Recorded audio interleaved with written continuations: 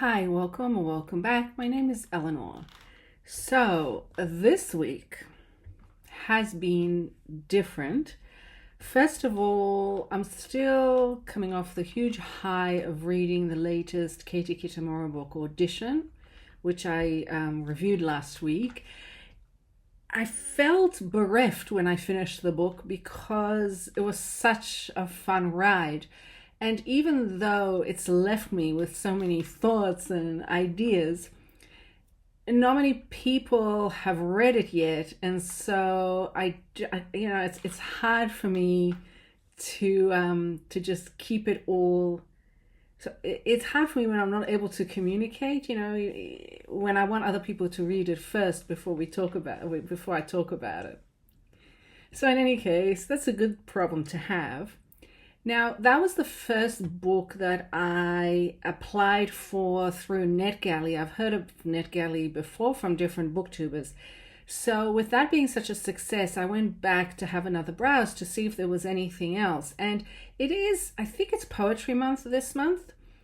And so they had, like a special section, Poetry Month, and it was a very sad section. It was terribly sad. However, I noticed that there was a Louise Glück book called Ararat. Now, I obviously I know of Louise Glück. She's a huge American poet. She sadly died at the age of 80 in 2023. So I was very interested to see a new edition of her book, Ararat, come out. Now, Ararat originally came out in 1990, and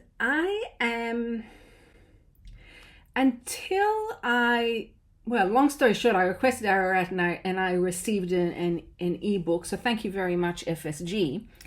I've been on the fence about her poetry. I own her most famous book probably, which is the Wild Iris. She won the Pulitzer Prize for the Wild Iris, if I'm not mistaken. I mean, later on she went to win the Nobel Prize. Let me just check my notes for the dates. Yes, she received the Nobel Prize in 2020, 3 years before her death. The Pulitzer, 92. She was also, she received many awards. She was also the Poet Laureate of the USA 2003 to 2004. So I see that the publication date of Ararat is the 15th, which is this week. And interestingly, when I looked up her dates of birth and death, she was born on April 22nd. So it's quite lovely to see a new edition of one of her earlier works, one of her earlier poetry books come out at around this time, around what would have been her 82nd birthday. Now, with The Wild Iris, which was the first book I read by her, I wasn't enamored, I think primarily because it's a book, as you can really tell from the title, I suppose, about flowers, a lot about different flowers, and the flowers speak. You have some sort of spirit or God talking. If I'm not mistaken, you have many of the flowers speaking, and then you have the poet themselves speaking. I'm not.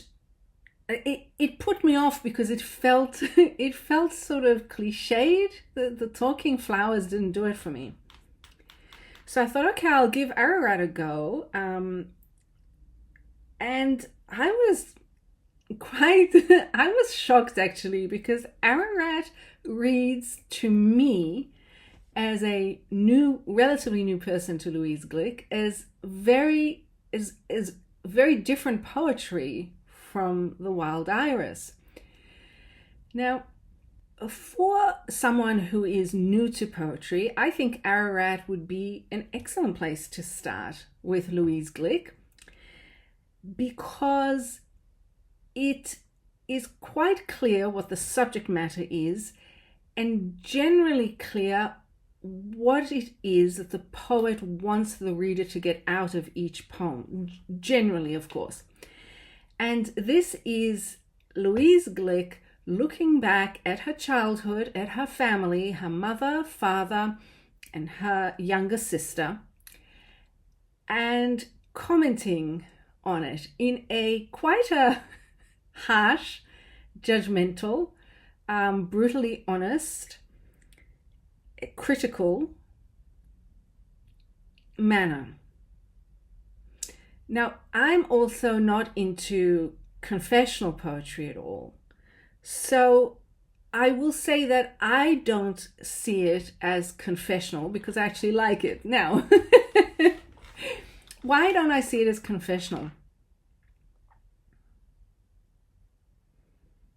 While the subject matter is, dysfunctional family and memories, I feel that the tone and the voice of the poet is held back. So there's a great amount of self-discipline happening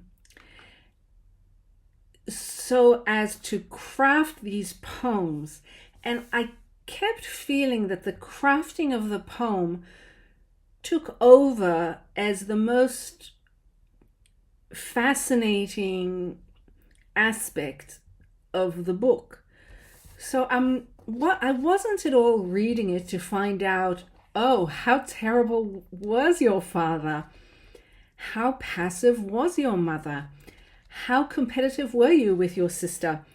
It wasn't really that. That was of use, I felt, to the poet, to Glück, so as to steer herself forward through memories and to sort of wade through difficult issues, almost like wading through memories of a psychologically, emotionally tough childhood, but wading through in such a way that you actually have the power of being past that with you.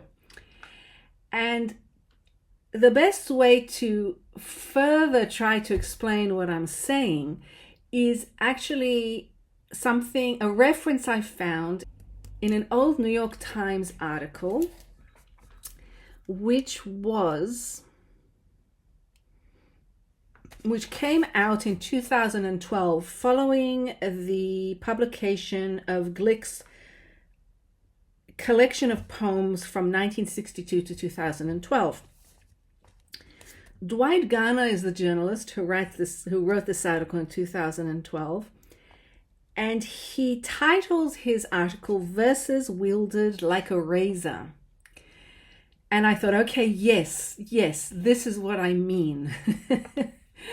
It's beyond the confessional. It's doing more with it.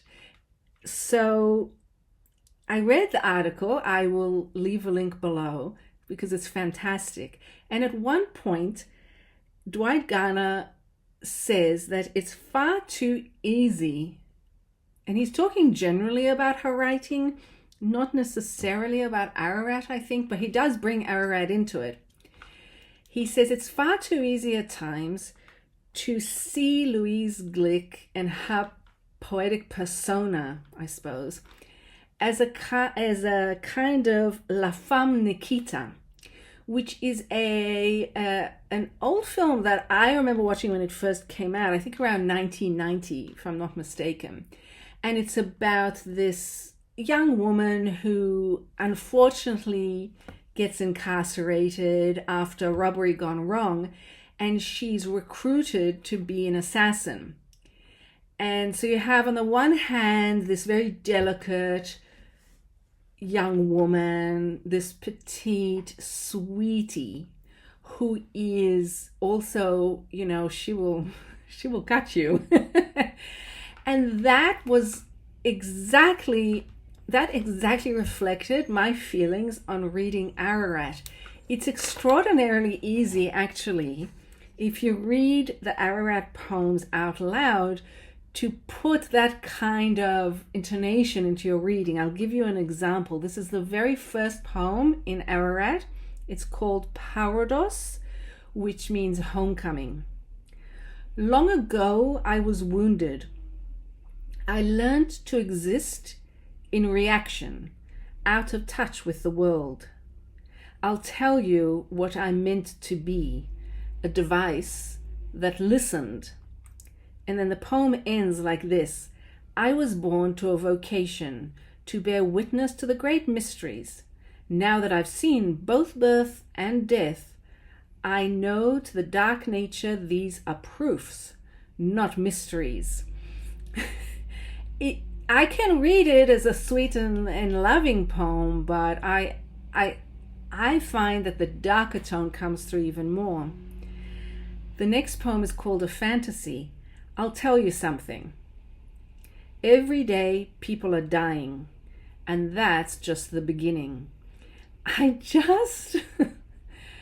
I, despite myself, really, really love the book Ararat.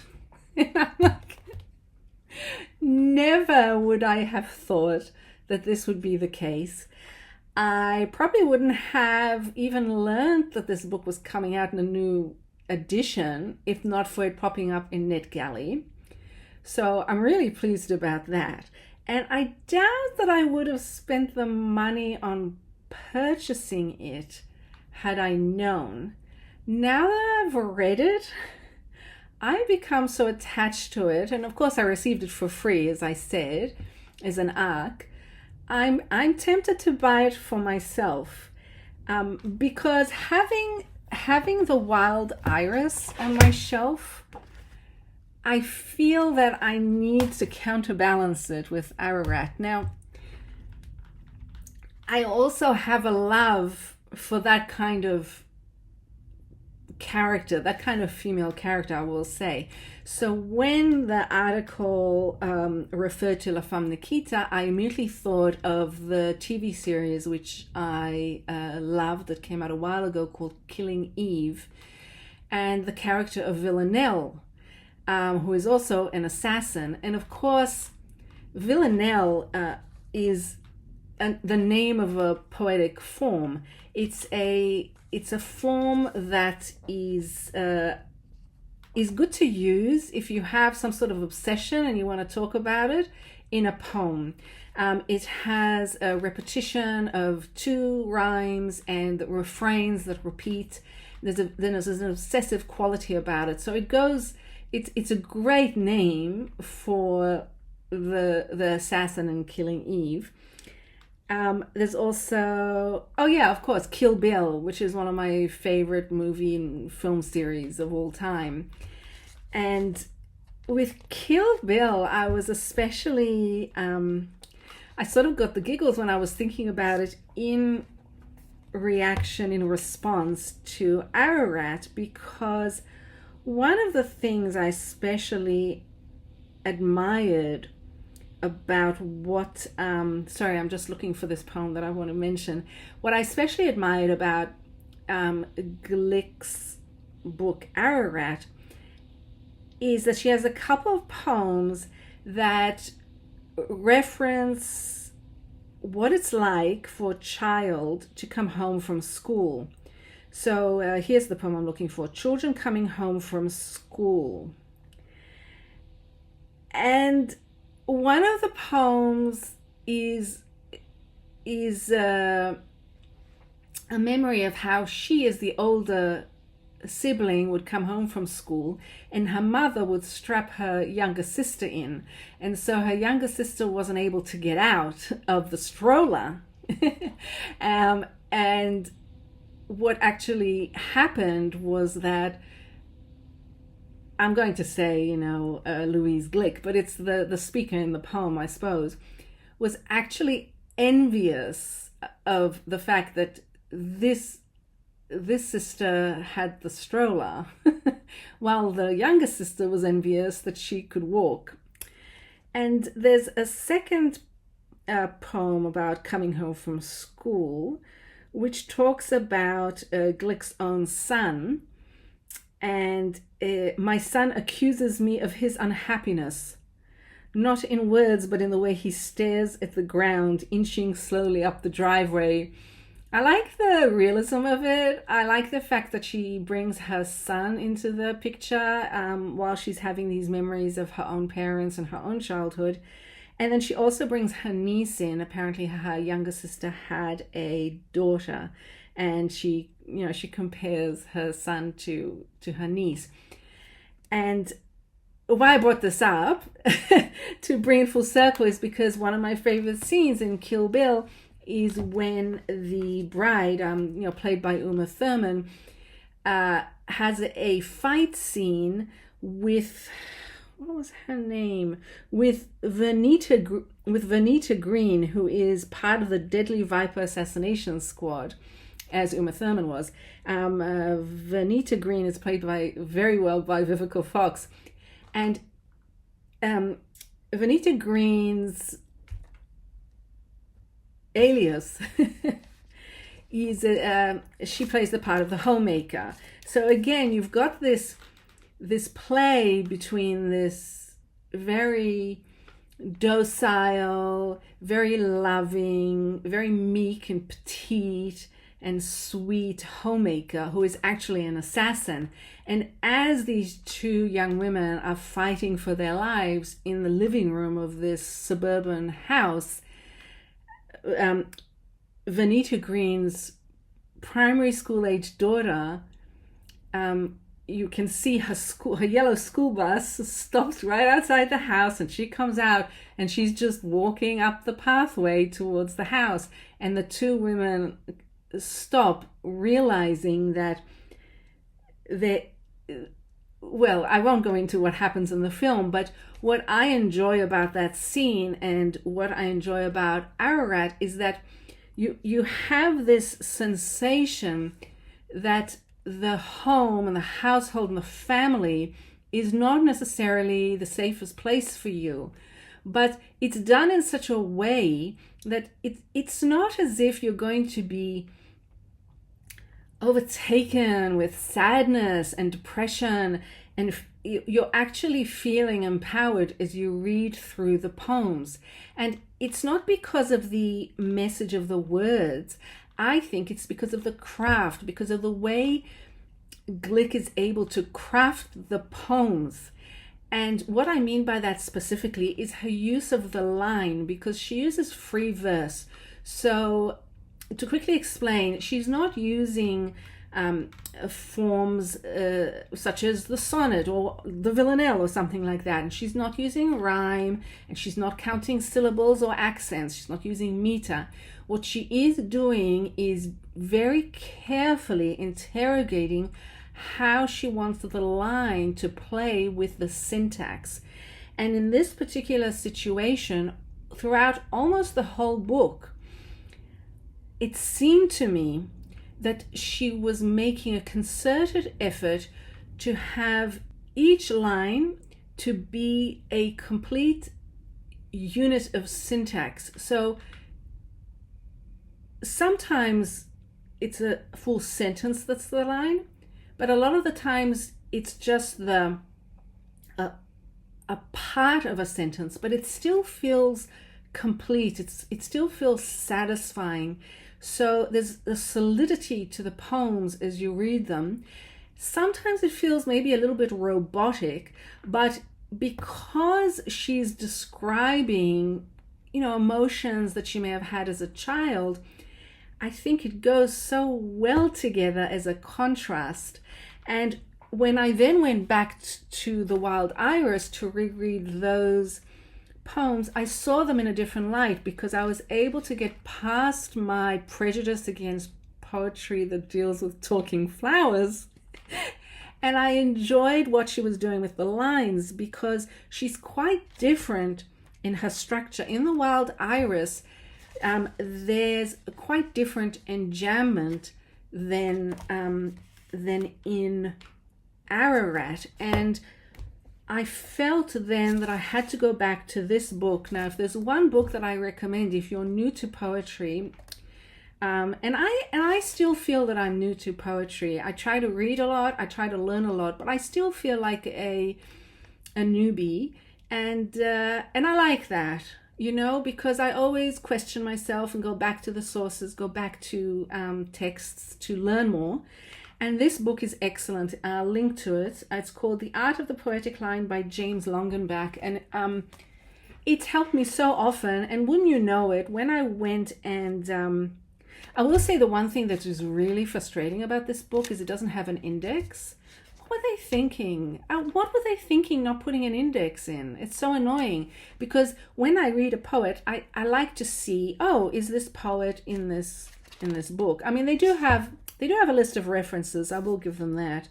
So maybe that's enough. Did they have? Yeah, they did have Glück in here. I should have just looked in the references. In any case, so they do have Glück. I mean, Longenbach does have Glück, and he talks about her use of lines and enjambment in a very interesting way. And not to get too technical, but he says that there are 3 different ways. If you have a free verse poem, there's 3 different ways you can end a line. It can be end stopped. That's not necessarily a period, but think of it as a period. So you have, it's an end to the line. Then you can have a passing, P-A-R-S-I-N-G, enjambment, which means that you have part of a sentence on a line, but it still feels complete, even though it's not end stopped, which is what I was talking about in Ararat. And then there's the annotating line, which is what she does a lot, I feel, in The Wild Iris. Annotating meaning that she might have 1 or 2 words at the end of a line, and they don't feel complete, and they put you on edge, and you have to read the start of the next line to get the idea of what's happening. And it is a technique that's used to put the reader, off to make the reader feel like they're on unstable ground. So I found that amazing. And then I went back to the other book I have had on my shelf for a while, which is a book of essays on poetry by Louise Glück, called Proofs and Theories. And I went back to reread her first essay, which I really recommend. Every time I read it, I see something different. It's a very short essay titled Education of the Poet. And one thing I thought, there's so many interesting things here, but one thing that I really got out of it this time was how she describes the reader, her imaginary reader. And let me just find it here because I wrote it down. The writer's audience, this is from page 9 of Proofs and Theories, is chronological. So I like that, because here I am. It is 2 years since her death. I wasn't sure I even liked her. I almost gave away The Wild Iris, I'll be honest. I was this close to donating it, and I didn't, thankfully. And here I am reading her work, which brings me also to something that's been on my mind a lot, which is how come FSG decided to reissue Ararat at this time. It intrigues me because it's her 5th book. So it's considered one of her relatively early books, I suppose. And it seems like it surprises me, and it's an interesting choice. Now, as I mentioned, I think previously, a collection of her poems of her poetry books, I think, from 1962 to 2012 came out in 2012. So I guess they decided, rather than doing an entire compilation of all her work immediately, they would choose one. And I can see, from a marketing perspective, I mean, what do I know about marketing? But like, I like to think about it, especially when it comes to books. I mean, probably if you're in book marketing or publicity, you're probably laughing your head off at me right now. But I do think that I can see what they're trying to do. The blurb on NetGalley mentioned that this is a poetry book that interrogates the myth of the happy family. I think that's an extremely cliched and boring way to describe Ararat. I think the link to a female assassin is much more interesting, but assassinating with words. But I can see how generally from, if you go to a bookstore and you have a browse in the poetry section, it's mostly and stuff that young people, poetry books that young people are writing today, it's mostly confessional and it's mostly about trauma. I mean, correct me if I'm wrong, but this is what I think I'm seeing. It's mostly about trauma, it's mostly confessional and personal, and there's a sense of sincerity about it. And even if there's more sadness than truly powerful anger, and more often than not, there's this understanding, and it becomes so cloying and so saccharine. You know, the love for the mother who sacrificed everything for the child. It's like, ugh. I cannot stand that because I don't feel there's truth to that, you see. And so, because there's always gray areas. I mean, no matter how wonderful your mother is, she's going to do something that's terrible. She's human. And the same for you, and the same for all of us, you know. And I think that's what poetry should be at least aiming for. But, you know, that's me. So what I'm thinking is, so where this brings me to, again with Ararat, which is another thing which I really wanted to get through in this, to get through to whoever's listening. Hello, if you're listening. I wanted to mention that, yes, I mean, Ararat is written after a father's death. The father was clearly not the most loving guy. The mother had issues too. Who knows? It's not specified. But the thing is that when you read the book again, and also when you read a few other poems by Louise Glück, which is easy to do on the internet nowadays, online, she brings up her family many other times, and it is not always an assassination.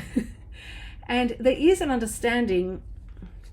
It's almost breathtakingly refreshing to see that Louise Glück felt that it was acceptable for her to write this scathing exploration of her younger years, but also mention other times that were different, that were more positive, that had more love in them, and that she changed her view sometimes. And this is also the case with her view of love, and definitely of having a baby, because she has a son and she references him. She references him in The Wild Iris as well as in Ararat, and I presume in other books as well. And his name is Noah, which I think Ararat is a reference to, because Mount Ararat is the mountain where Noah's Ark came to land. And I feel that there must be something she's trying to tell us about the way she views her ancestry, her family, looking back at her family and looking forward in time. Which brings me to another aspect of my reading life this week, which is that I've gone back to look through Instagram. I'm not a huge Instagram fan, but I find that it's an excellent tool for certain things, and I would recommend it for following poets, because many poets nowadays have Instagram accounts, and it's interesting not only to see what they're working on or what they're thinking about, what book they're coming out with, but also what poets they hang out with. Who do they admire? And so you can follow a link.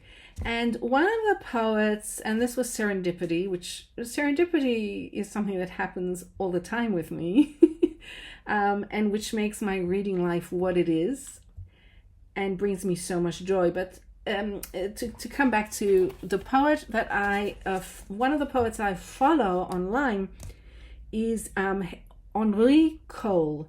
He's American, but I think his mother was French, so it's the Henri pronunciation, I think.